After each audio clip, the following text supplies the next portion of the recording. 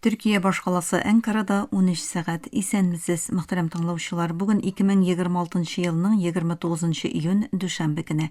Сез турыдан-туры эфирда Төркия Авазы радиосының татар телендәге тапшыруларын тыңлыйсыз.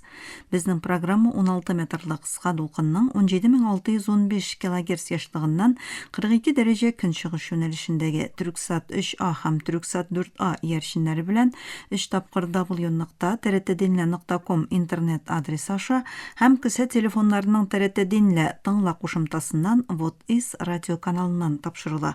Тапшыруларыбызның кабатлавын Казан вакыты белән сәгать кичке 8 яртыда интернет һәм иярчен аша Вот-Вес радио каналыннан тыңлый аласыз.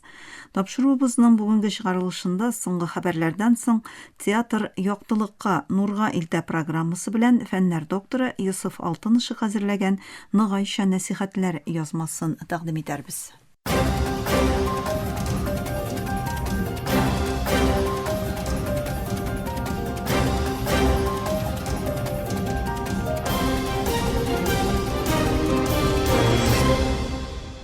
Соңгы хәбәрләр белән башлыйбыз. Төркия Израильнең 1915 елгы вакыйгаларны тану турындагы карарын гаепләп, әлеге карарны фәләстинлеләргә каршы кылган җинаятьләрен яшерүне максат иткән сәяси адым дип бәяләде. Төркия Тышкы эшләр министрлыгының якшәмбе көнгә белдерүендә булай диелә. Дөнья күз алдында Фәләстин халкына карата системалы зулым башкарган һәм БМО халыкара мәхкәмәсендә Газа халкына каршы геноцид эшләү гаебе белән хөкем ителүче Израиль хөкүмәте 1915 елгы вакыйгаларга кагылышлы кабул иткән сәяси карары белән үз җинаятьләрен яшерергә омтыла. Министрлык бу карарның хукукый һәм тарихи чынбарлыкларны игътибарсыз калдыруын, шулай Газадагы фәләстинлеләргә каршы кылынган җинаятьләр белән бәйле рәвештә Халыкара җинаять мәхкәмәсе тарафыннан кулга алу боерыгы чыгарылган Нетаньяху һәм аның тарафдарларына басымны чагылдыруын белдерде.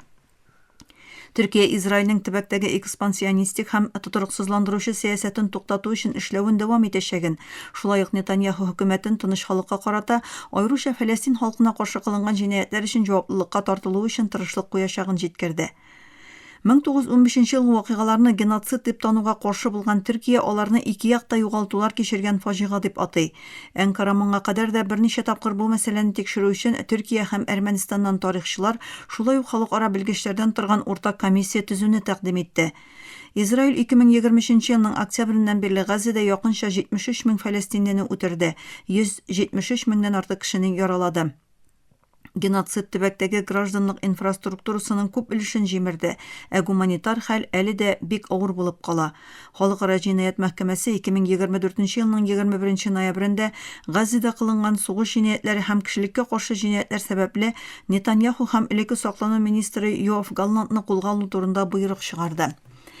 Израильнең шулай Фәләстингә каршы алып барган сугышы сәбәпле Халыкара җинаять мәхкәмәсендә геноцид дәгъвасы да дәвам итә. Төркия Тышкы эшләр министрлыгы якшәмбе көнне Сугуд Гарәбстанында булган Бралах һәлакәтендә кешеләрнең гомере өзелүенә тирән кайгысын белдерде. Министрлык бу фаҗигале һәлакәттә үлүчеләргә Аллаһ Тәгаләнең ярлыгын телибез һәм аларның гаиләләре һәм Сугуд Гарәбстаны халкының кайгысын уртаклашабыз дип белдерде. Растанурада Сугуд Гарәбстанның нефт гиганты Арамко Бралагы һәлакәткә очрады. СПА дәүләт мәгълүмат агентлыгы хәбәр итүенчә, борттагы 14 кеше һәлак булган.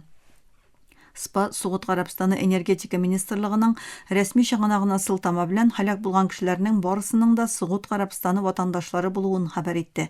Сугуд Гарәбстаны энергетика министрлыгы мәгълүматларына караганда, Бралах һәлакәтендә ким дигәндә 14 кеше һәлак булган.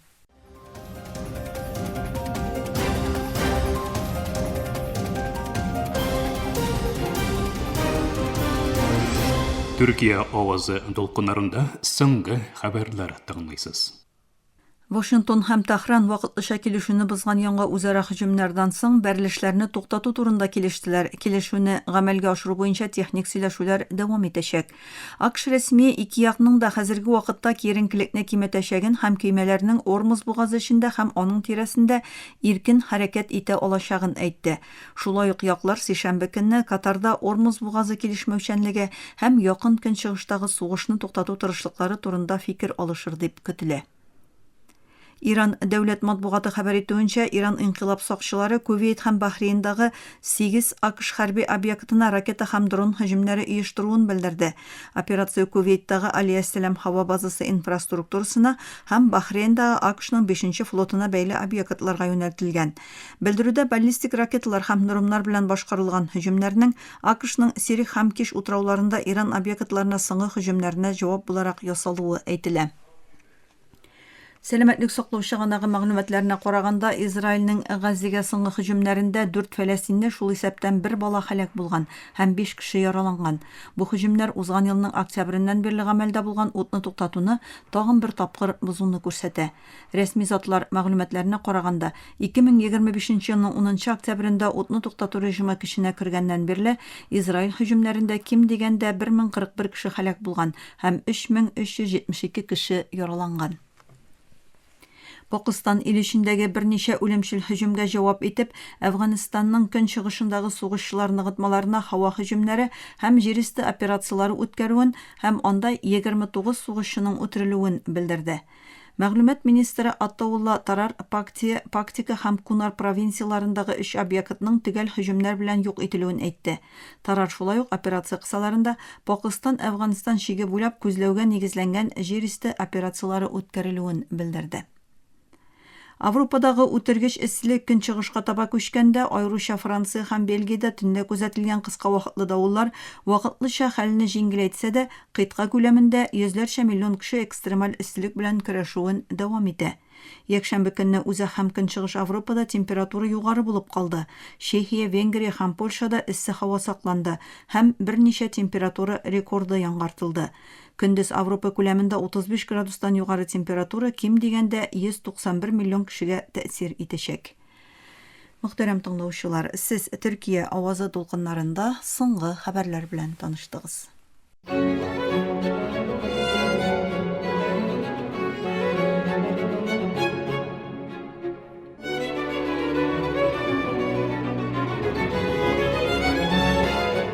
Театр яктылыкка, нурга илтә.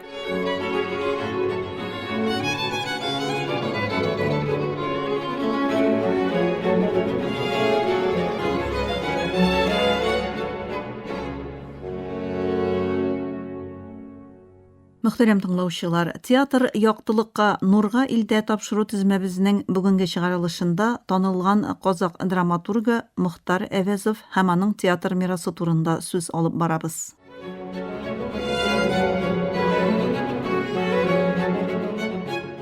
Мөхтар Әвәзов 1897 елның 15 сентябрендә казак мәдәниятының үзәге саналган Семәйдә күренекле гаиләдә туа. Аның балачагы гасырлар буена дәвам иткән дала хикәяләре һәм әдәби атмосфера белән формалаша. Әвәзовның бабасы һәм әтисе гомерләрен мәгърифәткә багышлаган кешеләр була. Моннан тыш бу гаилә бөек казак шагыйре Абай Кунанбай улы белән якын дуслар була. Бу дуслык кечкенә Мөхтарның язмышын формалаштыра. Бабасы аның беренче белемен дала мулласыннан алуын тәэмин итсә дә, Абай шигырьләрендә аның хәтеренә сеңдерә. Булачак бөек язучы үзенең беренче әдәби илһамын дала риваятләреннән һәм Абайның үлемсез шигырьләреннән ала. Бик яшьли әтисез калса да, аның белем алу юлы әтисенең абыйсы ярдәме белән дәвам итә. Башта ул мәдрәсәдә, аннары рус мәктәбендә һәм ниһаять Семей укытучылар әзерләү институтында укый. Бу чорда ул көнбатыш һәм рус әдәбиятының күренекле үрнәкләре белән таныша һәм аның дөньяга гомуми карашы да киңәя. Белемгә мәхәббәте аны башта Ташкенттагы Урта Азия дәүләт университетына, аннары Ленинград дәүләт университетының филология факультетына алып килә. Магистратураны уңышлы тәмамлаганнан соң Әвәзов гомерен фәнгә һәм студентларына багышлый, ахыр чиктә профессор дәрәҗәсенә күтәрелә. 1917 елда башланган сәнгать тормышында ул беркайчанда Совет чорының зулым идеологияларына буйсынмаган каләме белән һәрвакыт хакыйкатьне, фәнне һәм үз халкының чынбарлыгын чагылдыра.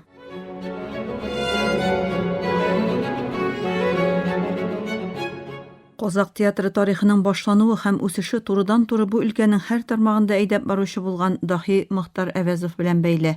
Әвәзов драматург, теоретик һәм тәнкыйтьче роле белән Козак театрына нигез сала. Бу процессны формалаштырганда ул дөнья һәм рус театрын якыннан күзәтә, ләкин ул төп көчне Козак халык мәдәнияты һәм гореф-гадәтләреннән ала. Әвәзов студент елларында язган һәм Козак әдәбиятындагы беренче җитди драма дип саналган Енлек кебек пьесасы Козак театрының башлангычы дип санала. Бу фаҗигале әсәр тарихи эпоска нигезләнгән һәм иске гореф-гадәтләрне тәнкыйтьләгән, беренче тапкыр 1917 елда Тау театрында куела, театрны Козак мәдәни тормышына кертә. Ул шулай ук 1926 елда оешкан Милли Козак театрының ачылыш пьесасы булып та хезмәт итә. Енлек кебек пьесасында сүз иске кабилә һәм феодаль чорның каты гореф-гадәтләренә каршы торып, бер-берсен үз теләкләре белән сайлаган ике яшь кеше арасындагы фаҗигале мәхәббәт турында бара. Яшь кыз Енлек һәм яшь егет кебек бер-берсенә акылдан язырлык гашыйк булалар. Козак авылларында алар чорында кызларны мәҗбүри кияүгә бирү кебек җәберләүче иҗтимагый гореф-гадәтләр хөкем сөрә. Ләкин яшьләр социаль басымга каршы торып мәхәббәтләре өчен көрәшәләр. Аларның үз ихтияри берләшүдән туган бәхете фаҗигале тамамлана. Кабиләнең бай һәм күренекле шәхесләре рәхимсез үлем җәзасы игълан итәләр. Яшьләрнең хыяллары өзелсә дә, халык арасында телдән телгә яшәгән бу кайгылы тарихи вакыйга Мөхтәр Әвәзов тарафыннан сәнгать трагедиясенә әйләндерелә. Козак театрының беренче сәхнәләштерелгән һәм классикага әйләнгән иң мөһим әсәренә әверелә. Казакстан дәүләт операсы шулай ук үз тамашачыларына беренче булып Әвәзов язган Айман Шулпан музыкаль комедиясын тәкъдим итә. Шулай итеп, Мөхтәр Әвәзов үзенең беренче пьесалары белән Казак театры һәм операсына нигез сала, үз исемен тарих битләренә алтын хәрефләр белән яздыра.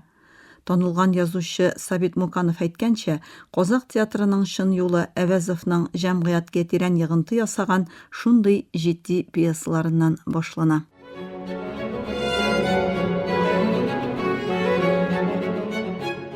Язучының Енлек кебек пьесасыннан соң бер ел үткәч 1918 елда язылган беренче һәм икенче хатын драмасы Октябрь революциясына кадәр Казак җәмгыятенең социаль яраларын яктырта.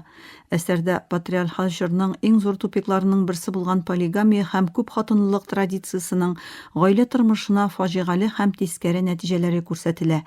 Авторның тагын бер мөһим әсәре 1928 елда язылган, ләкин ул вакыттагы социалистик һәм коммунистик идеяларга каршы килгәнлектән озак вакыт сәхнәләштерелмәгән Хан Кәнә пьесасы.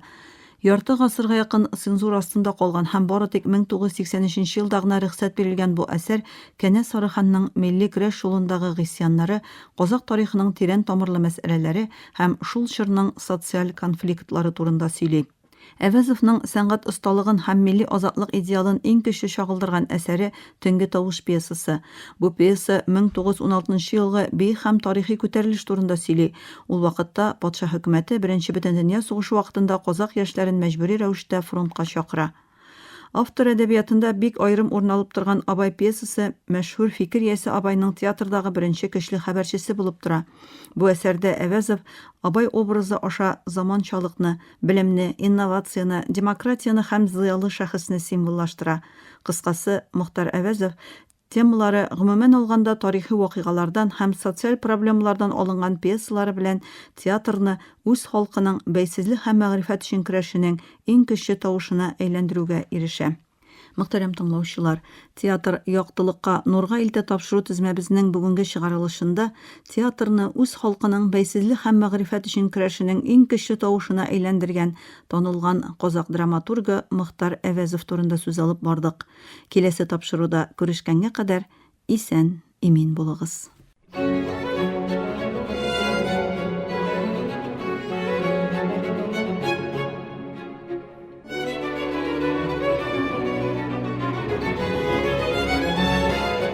Театр яктылыкка, нурга илтә.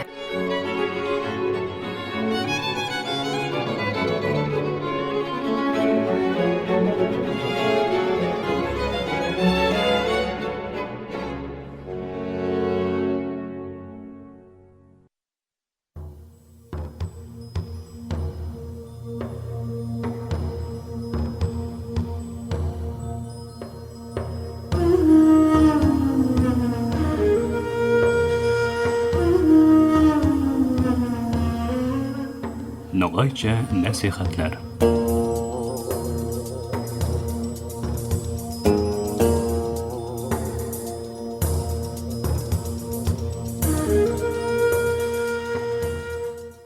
Bek sıyırlı tınlavuşlarımız buyma em sır mantolu bir söz baresinde söz bardıramız.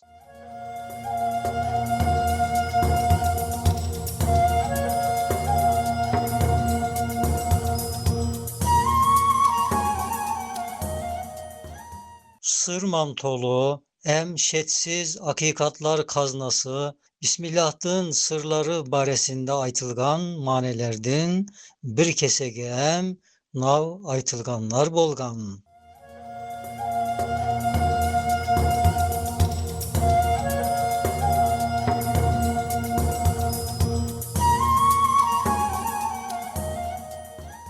Bismillah sözümen hareket etken adem, devletke asker bolgan bir insanga okşagan.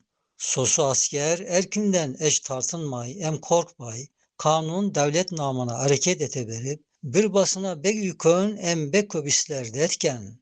Bismillah degen tagı, Allah'a tayangan sebep, imanı nispetinşe, sonsuz kuvat kazanıp, neşe islerdi körgen.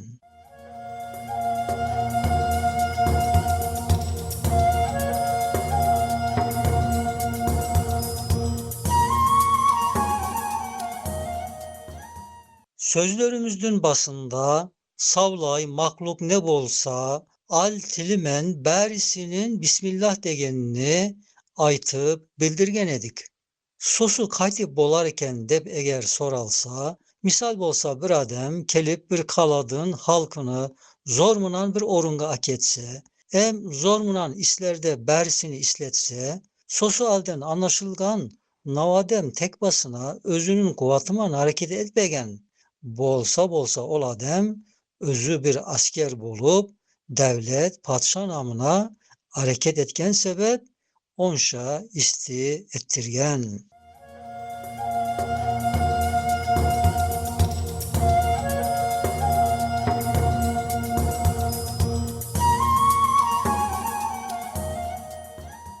Aynı sosu misal dey, erzat Kuday Allah'tın atına hareket etken. Bir tököy tohumlarman neşe şekirdek bolsa, baslarında ükönşö tereklerdi tasıgan. Tavday ükön ağaçlardı işlerine sıydırgan.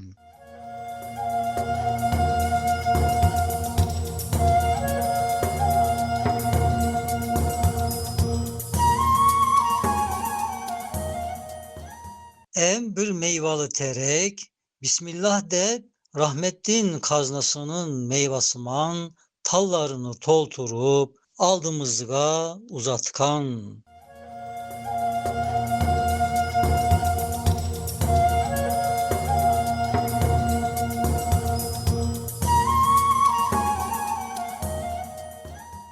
Ayrıyeten Erbakşa Bismillah de savlay kudrettin asüyünden bir kazan bola berip çeşit neşe astı, yaxşı türlü meyvalardı pisirip bizge sungan.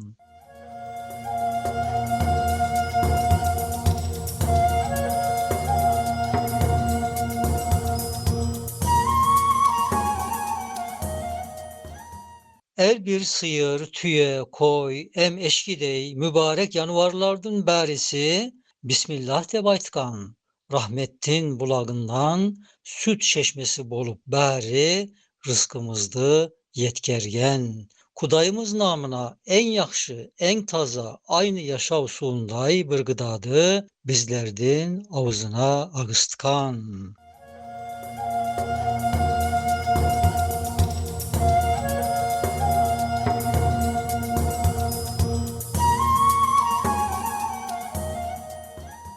Er bir ösümlük, terek, em ölenlerdün tagı, yibektey urlukları, yip imsak tamırları, Bismillah degen üçün, sert toprak taslardı, tesip, ötüp ketkenler.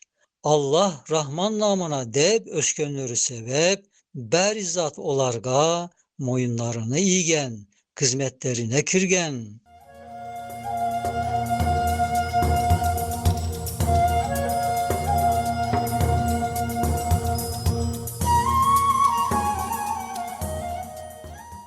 Başka yaktan hem karasak, tallar, yengilşe ösköndöy, em meyva bergendey, sosu katı tasbınan topraktaki tamırdın, tab yengillik ben öskönü, em yerdin aslında yemislerdi bergeni, tagı neşe bek issi yazdın şuvaklığında, aylarca nazik, yasıl ösümlüktün terektin yaprakları kötöre küymö yaz kalganları beri nav alamat mucize islerdi. Allah yarattı demey öz özüne boladı degen tabiatçılardın ağızlarına bek ağır yaman tokatlar sokkan, körmeytegan közlerini parmaklarını tıkkan.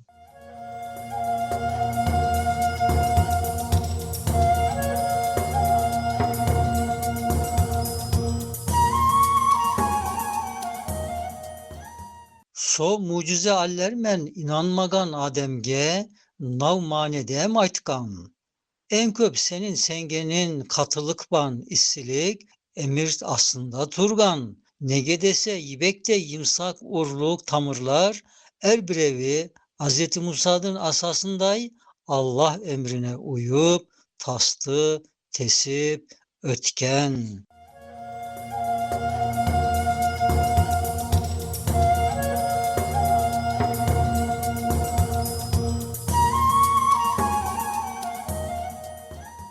Aynı tütün kağıtınday ince, nazik yapraklar İbrahim Peygamber'din aleyhisselam otta yanmaganınday sosu yapraklar tagı yazdın işsiliginde kavrulmagan, küymögön.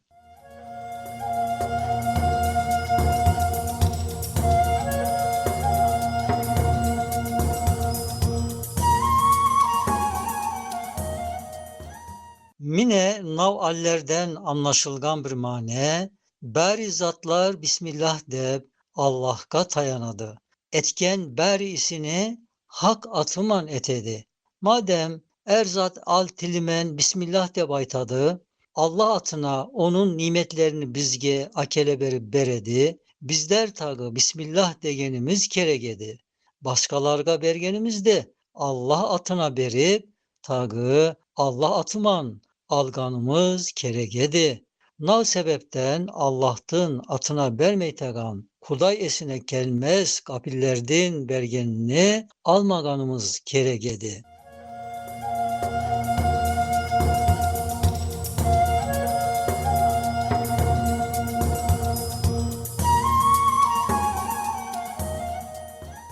Eğer aluga mecbur bolsak, Bismillah'tı biz aytiyak.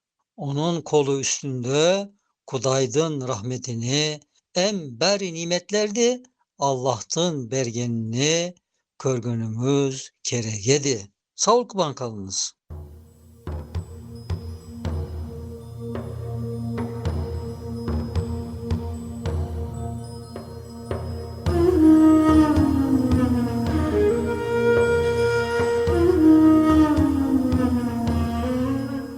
Nogayça nasihatler.